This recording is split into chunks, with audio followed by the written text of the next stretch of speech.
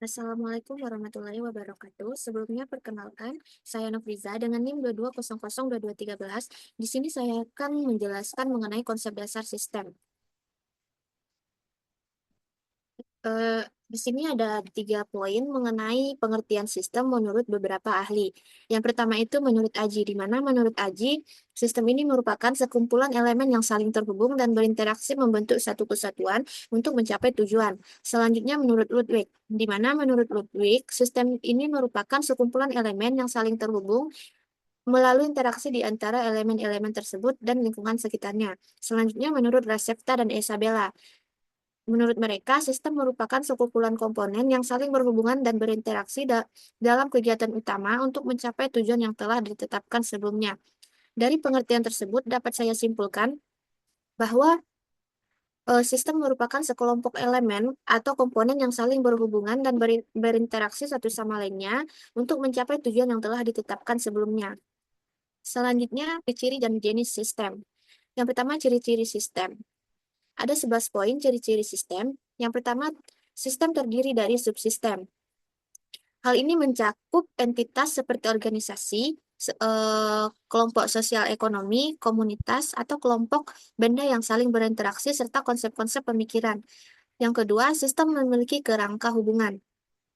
Sistem memiliki kerangka hubungan yang saling terkait antara subsistem yang terwujud dalam bentuk interaksi, sinergi, integrasi, kolaborasi, serta dukungan.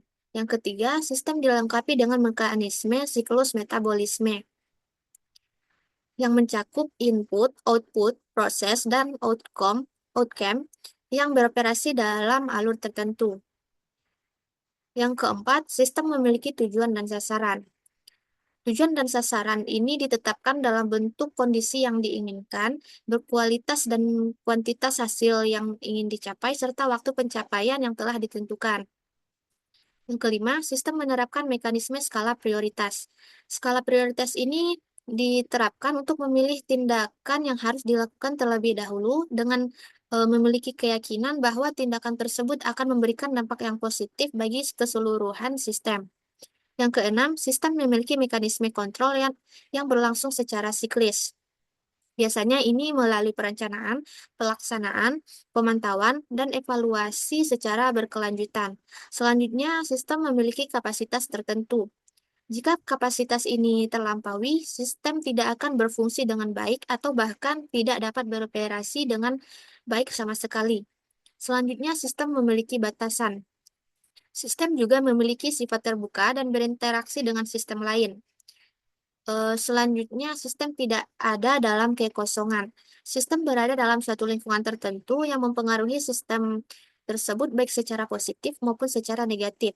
Selanjutnya, sistem memiliki kemampuan menyesuaikan diri dengan perubahan.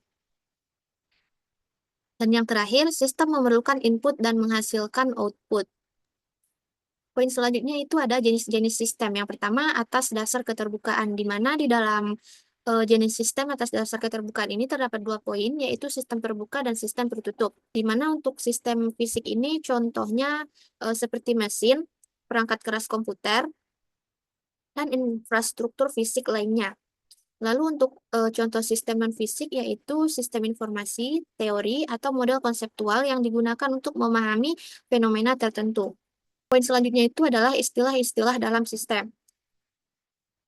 Yang pertama ada input atau masukan.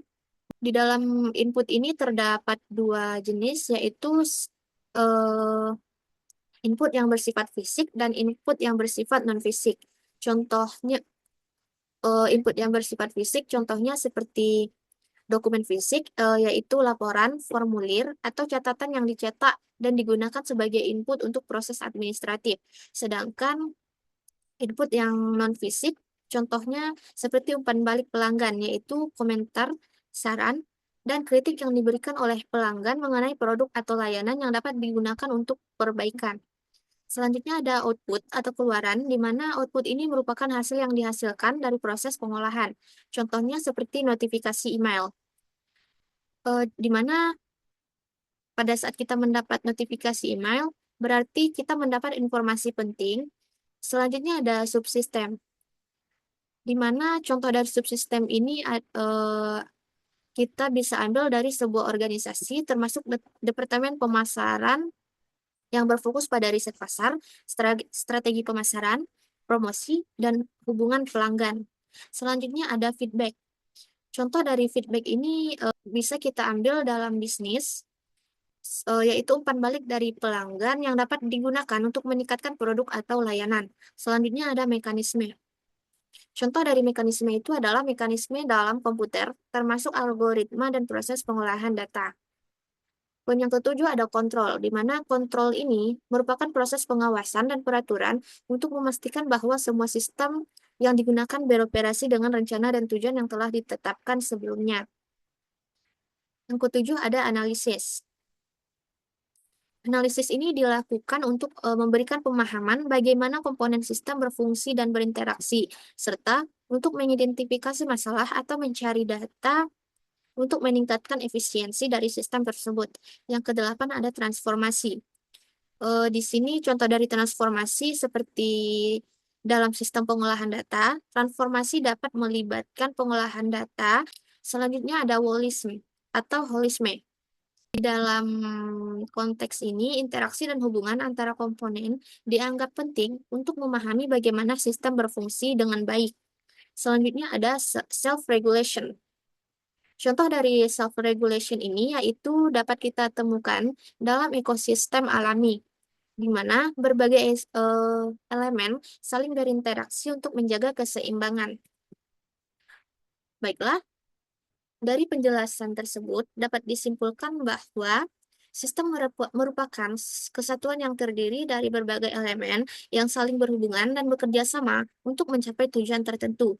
Setiap sistem memiliki komponen-komponen yang spesifik, batasan yang jelas, serta tujuan yang menjadi pedoman dalam pengambilan keputusan. Selain itu, pemahaman mengenai istilah-istilah dalam sistem seperti input, output, subsistem, dan mekanisme kontrol yang sangat penting untuk menganalisis dan mengolah sistem secara efektif. Dengan penjelasan tadi, kita dapat menemukan solusi yang tepat terhadap masalah yang ada, serta merancang sistem yang lebih efisien dalam berbagai konteks, baik akademis maupun profesional. Dengan adanya sistem ini, kita akan terbantu dalam mencapai tujuan yang kita inginkan. Cukup sekian penjelasan dari saya. Kurang lebihnya saya mohon maaf. Assalamualaikum warahmatullahi wabarakatuh.